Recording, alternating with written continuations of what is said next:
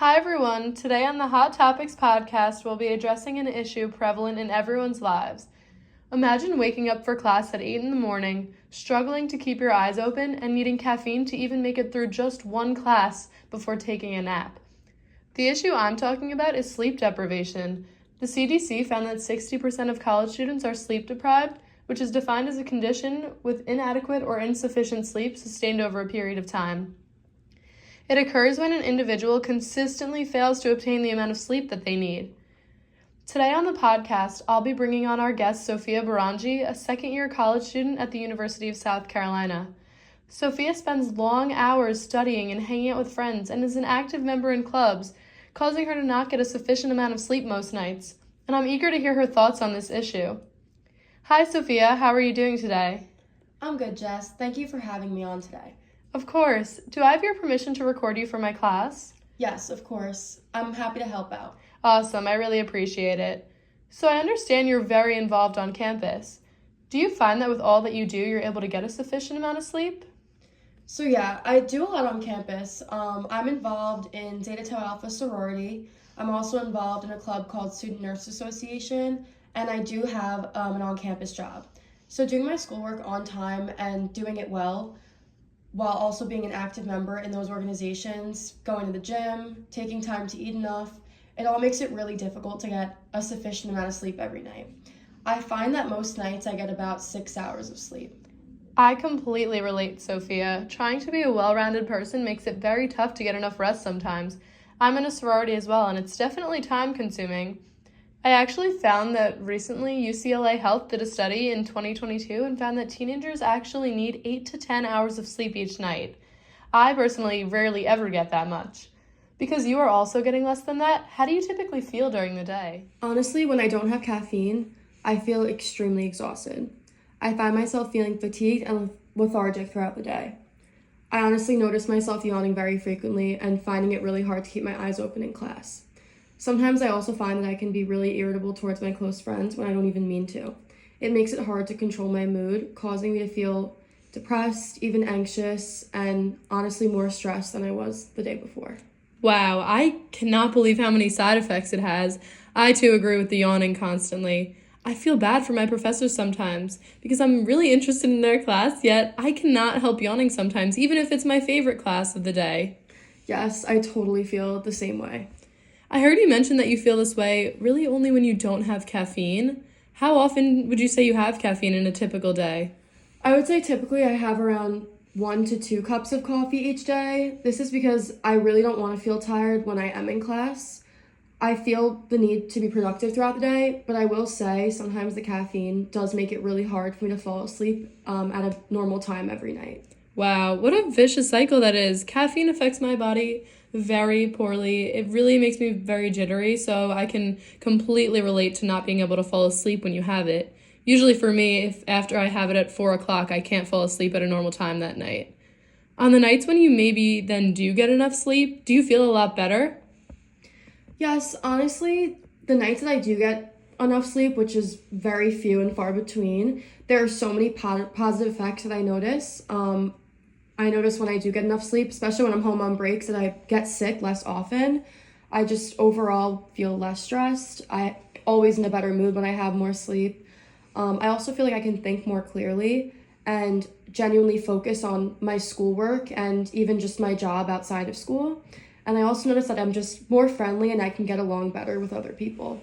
That's amazing. I also know that a more long-term positive effect of this could be lowering your risk for serious health problems like diabetes and heart disease, which are very important in the long run. But I'm the same way. Whenever I go home for breaks, I find that I get a lot less sick just because I'm really getting enough sleep and building up my immune system.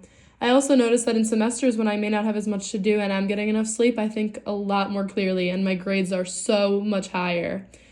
Do you have any advice then for students who might be looking to get more sleep to improve their health? Yeah, totally. I think one of the most important things I've noticed this year is to make sure your bedroom is quiet, dark. You want it to be, relaxing, and also you don't want it to be too cold or too hot. I always try to make sure I adjust the temperature at night to something comfortable, but you also want your room to be dark because I know I used to fall asleep with like a TV in the background, and honestly, that was not beneficial at all because I would find myself waking up in the middle of the night if there was like a loud noise coming from it or something.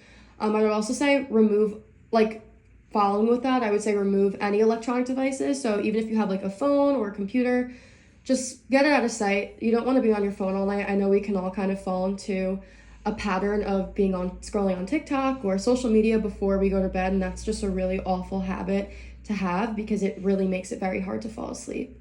I also try to avoid large meals and definitely caffeine. At least caffeine, I try not to drink past maybe like 3 or 4 o'clock, but definitely I try to eat my last meal at like 6 or 7 if I'm going to bed around 9 or 10. Okay, gotcha. I do notice also that when I use my phone before bed, I have a lot of trouble falling asleep, so that really makes sense. I heard it was something with the blue light, but in general, I'm sure it's not good to be really focusing too hard on anything beforehand. How about in terms of finishing schoolwork? How does that affect your sleep? Um, I think it's really important to prioritize your schoolwork. I know I've been getting into a habit of kind of procrastinating and waiting till nighttime to do it, and that's a really, really bad habit to have. So I think the most important thing to do is just to make a schedule and try to get them done in advance. You know, block off 2 hours that day to do your schoolwork and make sure it's not the 2 hours before you're going to go to bed. So if your assignment's due at 11:59, don't wait to do it till 11 o'clock. I would say try to do it in the morning or maybe even the day before if you have time, because it definitely helps you be less stressed like when you're going to bed. Yeah, totally. That makes a lot of sense. This way you can really take your time and you're relaxed before bed. Because even if you do finish an assignment right before the deadline, I'm sure you're uneasy and going to have a hard time falling asleep regardless.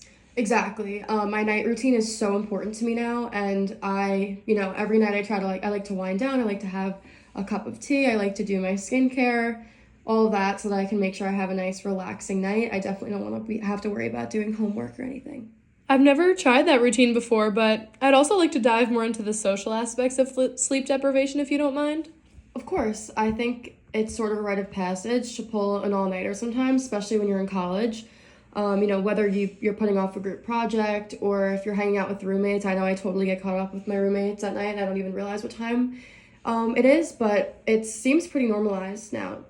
That's so interesting. I can so see that though. A lot of people tend to post on social media and then they almost glamorize getting little to no sleep.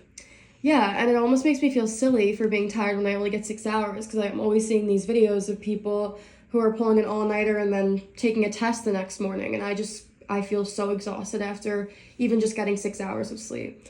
Yeah, wow. Well, I hope you know that 6 hours still is not enough and you really do have the right to be tired. Have you noticed any effects on your digestive system from this lack of sleep? I actually have noticed that I do get stomach pain sometimes, and it's hard for me to feel hungry. Typically, too, when I wake up, I'm super bloated, and just even throughout the day, I feel very bloated, and I'm always just uncomfortable. I think the stomach pains I've just kind of gotten immune to, but now that I think about it, whenever I do have good sleep, I never really have those issues. That makes a lot of sense. I actually was doing some research earlier this morning, and Dr. Barish of Henry Ford Health was saying that a lack of sleep can really increase stress, like we mentioned before, which then affects the gut. It just leads to a host of issues like bloating, inflammation, and other stomach pains because it makes changes to the gut microbiome. Wow, that's really cool how the brain and stomach communicate like that. It really is. Thank you again, Sophia, for all your insight. Just to wrap up here, I'd love to summarize this myself for our listeners. So, for everyone listening, I want you to understand how important it is that teenagers get enough sleep for so many reasons. It plays a crucial role in their physical health, their mental health, and emotional well-being, as Sophia and I discussed before. It's essential for physical health because you need it to grow, to develop. It's essential for emotional regulation because sleep has a significant impact on emotional well-being to avoid certain mood swings, irritability, and susceptibility to stress. Additionally, it affects your immune system, like we previously mentioned. If you sleep enough, it'll strengthen your immune system. It enhances the body's ability to fight off infections, and it'll overall just make you feel much healthier. And in terms of learning and memory for school, it's essential for effective learning so that you can really memorize and understand what you're working on. Got it. So prioritizing sleep is crucial for teenagers to support their physical growth, their cognitive abilities, emotional well-being, immune system, hormonal balances, and overall health. Establishing healthy sleep habits during adolescence sets the foundation for a lifetime of well-being and success. Exactly, Sophia. Thanks for coming on the podcast. Get a good night's sleep, everyone.